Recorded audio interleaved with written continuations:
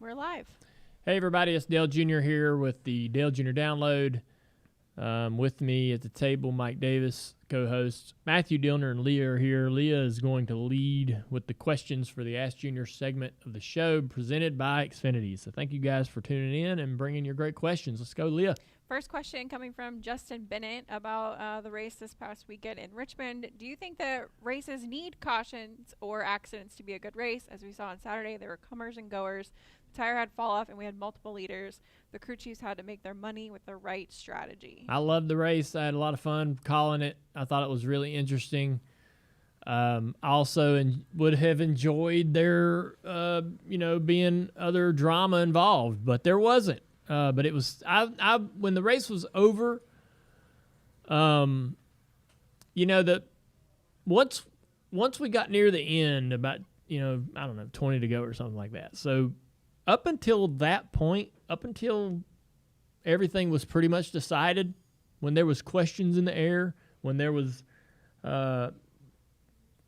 pit strategy and those things sort of playing themselves out, tires and all that, that was really interesting. Guys were short pitting all night long, trying to get to pit road and leapfrogging each other into the lead and doing all these interesting things. And then I think everybody was pretty much entertained, at least I was, until we figured everything out. With 20 laps to go, we're like, okay, well, it looks like Brad's going to win. If the caution doesn't come out, Brad should win this race, and everybody else is going to finish, about where they are. That's when the wind kind of went out of the sails a little bit, so to speak, but that's okay. That just happens in racing. I mean, if we want to call that a boring race, then that would mean about 80% of the races in the history of the sport are boring, because the majority of the races in my lifetime played out kind of like that race played out. With that said, I definitely am up for some ideas or some change. I think that Richmond was a much more exciting racetrack when they were sealing the surface of the racetrack.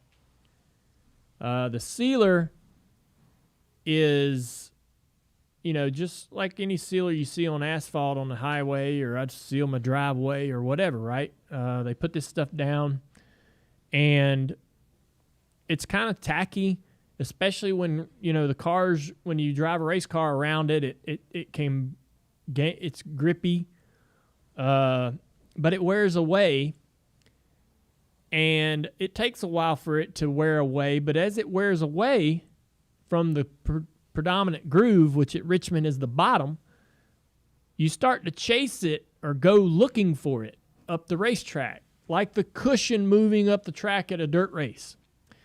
And so over the years, cars are going higher and higher and higher, trying to get into that sealer and get a little bit of, that good grip that bottom groove has lost. And that, to me, was what made Richmond just so much fun. And they quit sealing it. About how long ago? I don't even know, Mike. Yeah. But they haven't sealed it in a long time, okay. A while. So I feel like that would change the way the racing is at Richmond. Now, the drivers, when you first seal a track, I have to say this. When you first seal a track, it's not going to feel very good. The drivers are not going to like it. And so if they were to seal the track, my prediction would be you'd get a lot of complaining right out of the gate. It's slick, it's slippery, it's funky, unpredictable. But as they kind of work that sealer in after an event, it would be an improvement beyond, right? And it would become better and better and more of a racier racetrack. The sealer, now you're thinking in your mind, well, why don't they just use the PJ1? That sounds pretty much like the same thing, but it's not. And the application of the PJ1 to me is kind of overused and misused in a lot of ways. it needs this heat and needs this activation it needs the cars to run on it to kick it into gear and make it work and it then attracts marbles. It's like fly tape, and flies.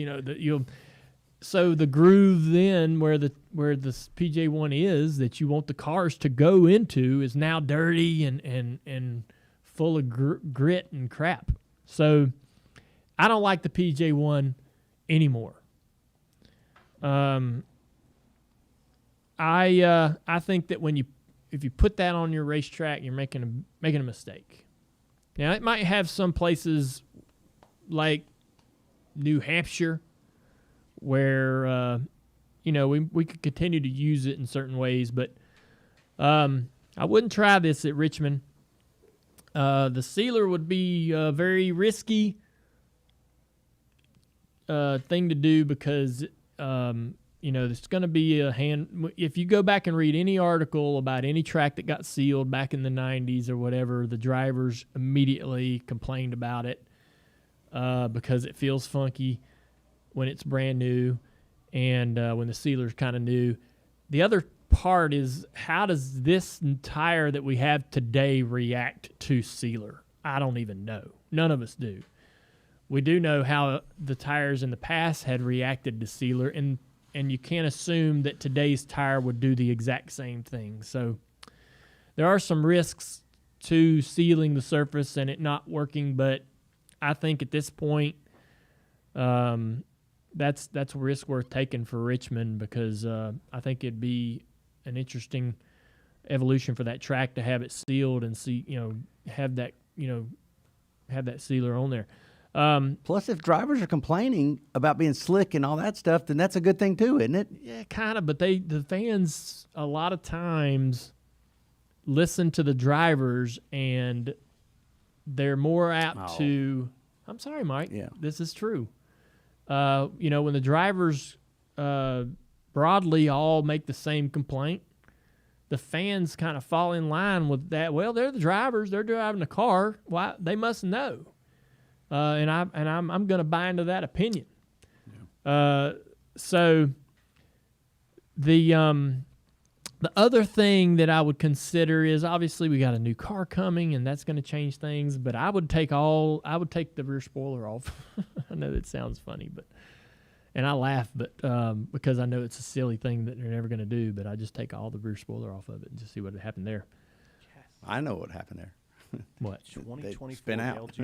You think it's been out? Yeah, that's what you're looking for, isn't it? I think they just slow down. Well, yeah, to run probably to where they wouldn't wreck. It's kind of what they do now is like slow down to where they don't crash because they have tiny spoilers on them now. But if they don't need that spoiler, I'd take it off. That's it. That's how I feel about Richmond. I may have missed a few things that popped into my head over the weekend that, oh man, I would try this, I would try that, but I enjoyed the race. A lot of different lines guys were running. Even on the straightaways. Guys running low down the straightaways, trying to get drive off and doing weird things, trying to kind of find an advantage. I found it pretty fascinating. But once we got to around 40 laps to go and it was pretty much decided, okay, here's how this all has worked out, all this strategy and stuff. This is what we've got. The air come out of the balloon a little bit. That's okay. All right, our next question coming from Randy Mitchell. He was listening to Door Bumper Clear this week, and TJ Majors mentioned that he and Steve Letarte used to talk about you on Channel 2. Did you know any of that was going on? So that TJ let the cat out of the bag years ago when he said that him and Lance McGrew would get in arguments on Channel 2 about either how I was driving or whatever. And so I knew, that there was a lot of conversation going on that second channel that I wasn't going to be able to listen to.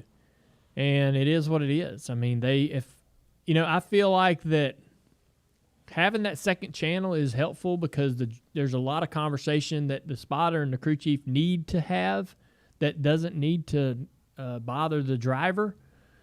If the crew chief wants to say, I can't see the whole track, Spotter. Where is the leader running? Is he running the high side now? I can get that information without bothering the race car driver who's going around the track. And if they want to have chit-chat, conversation about who they need to run into or how bad the driver did on that last restart, then they can do that too. I don't think it's all that helpful. Like when TJ chimed in and said over their second channel, Joey couldn't hear this, but he said, "Hey, next time maybe we'll run into the 2-car." I don't know that adds nothing to the conversation. And TJ or all spotters are kind of guilty of that. Drivers are guilty of that. Crew chiefs rarely jump in the radio and go, that sucked, or next time we'll do X, Y, and Z. Drivers do this all the time, complain about their teammates or whatever. But I think when the spotters do it, it's kind of counterproductive because it kind of. Just my opinion. I'm not picking on TJ, but that was how this whole thing came up on DBC because you called it out on the broadcast. I did not guess? call it out. What were they talking about then? Well, no, I commented on a radio broadcast of TJ. He's on the second channel, and Brad Keselowski goes down the corner and missed the bottom a little bit and just slides up, and Joey saw it and reacted to it like, oh man, he's gonna hit me, and jerked his car up the track. And Brad goes on and takes the lead. It's something that happens all the time. It's just cars racing. Well, TJ comes over the second channel to whoever's on that, I guess the crew chief and a few other guys, and says, "I think next time we should have hit him, or we could have hit him at Darlington and didn't do that, or something like that, right? Mm-hmm. If we're in that situation again, we should just run into Brad, I guess." And so that's like a snarky sort of conversation. It's just a snarky comment that does nothing to help. Right? It's just spotters being divas. Yeah, it's a diva thing. Yes, it is. And TJ a diva? No. The spotters do that a lot, and the drivers can do that. I don't really ever hear it from the crew chiefs, which is odd. But they know better than to be chiming in on the radio and saying those things because they're leaders. And they don't want to put that into. They don't want the rest of the team think that that's good practice. Right, and they don't want it on radioactive. Yeah, I just think they don't say it because they don't want to set that example for the rest of the team to follow. Mm-hmm. And so anyhow, we played it on the TV broadcast, and we all laughed. Gotcha. Steve Letarte said, or somebody, maybe it was Rick, said, TJ Majors is stirring the pot a little bit. And I said, never. TJ never would stir the pot. And we laughed.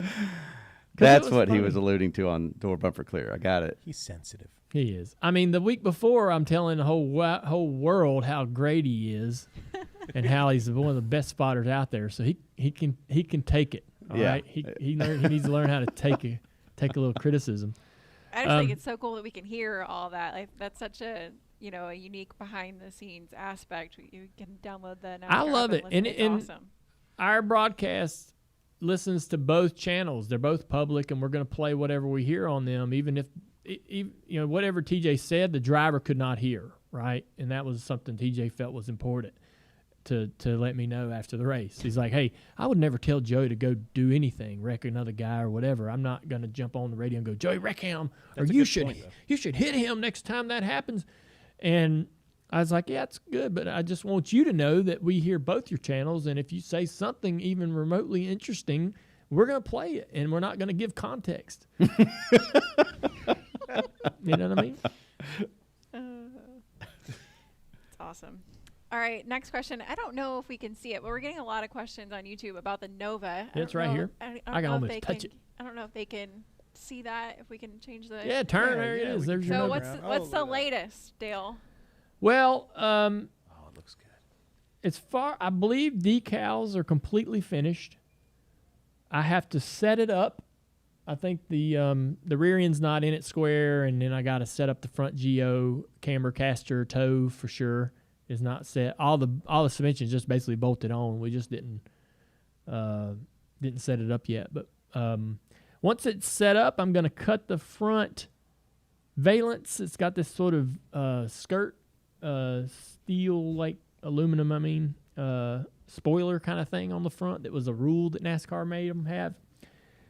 I'll cut that to the right height and then probably take it to Charlotte Motor Speedway and just do a few slow rolling laps, just driving it around. Maybe I'll take it to my property and run around my driveway a little bit. And just make sure nothing's leaking, shaking, falling off. We almost had it ready to take to Darlington because my goal is to take it to Darlington and lead the Xfinity field before the green flag of the next Darlington race. So maybe next fall or next spring at the Darlington event, I'll do that because it'll be ready then. And then I don't know. I'd love to be able to let people see it. Send it places where people can see it. Maybe if the Hall of Fame would like to have it for a little while, it can go there. So I'm definitely I'm not gonna stick it in a shop and garage and lock the door. It's gonna be out and about. All right, that's it for today. Man, is that it? That's it. Yeah. We were gonna. Did we talk? Okay. All right. You got another one? What do you got? Give him one more. That was only 3 What do you got? questions. Dale has Yeah. something. It sounds like you got something you want to say. No. I mean, I just thought. I got more questions. When I say I like the Ask Junior segment, I really mean it. I got more questions. Throw a couple more. All right, Glenn Locke, he wants to know which guest has been the most surprising to you, meaning there was more to them than what you kind of knew about going into it. Well, I'll be honest. The Ernie Irvin show we just did, I for some reason that was just a great show. Learning about Ernie and him being able to really get into the details of what was going on with him physically and stuff during his crashes and so forth. Man, that was heavy. It really took me all the way back to that we get so far away from some of those moments and some of those times that we forget just how good those guys were and how close they were to brilliance and just success. And man, I felt like we got right back there. I don't know. There's a lot of great guests. I can't say that one really stands out.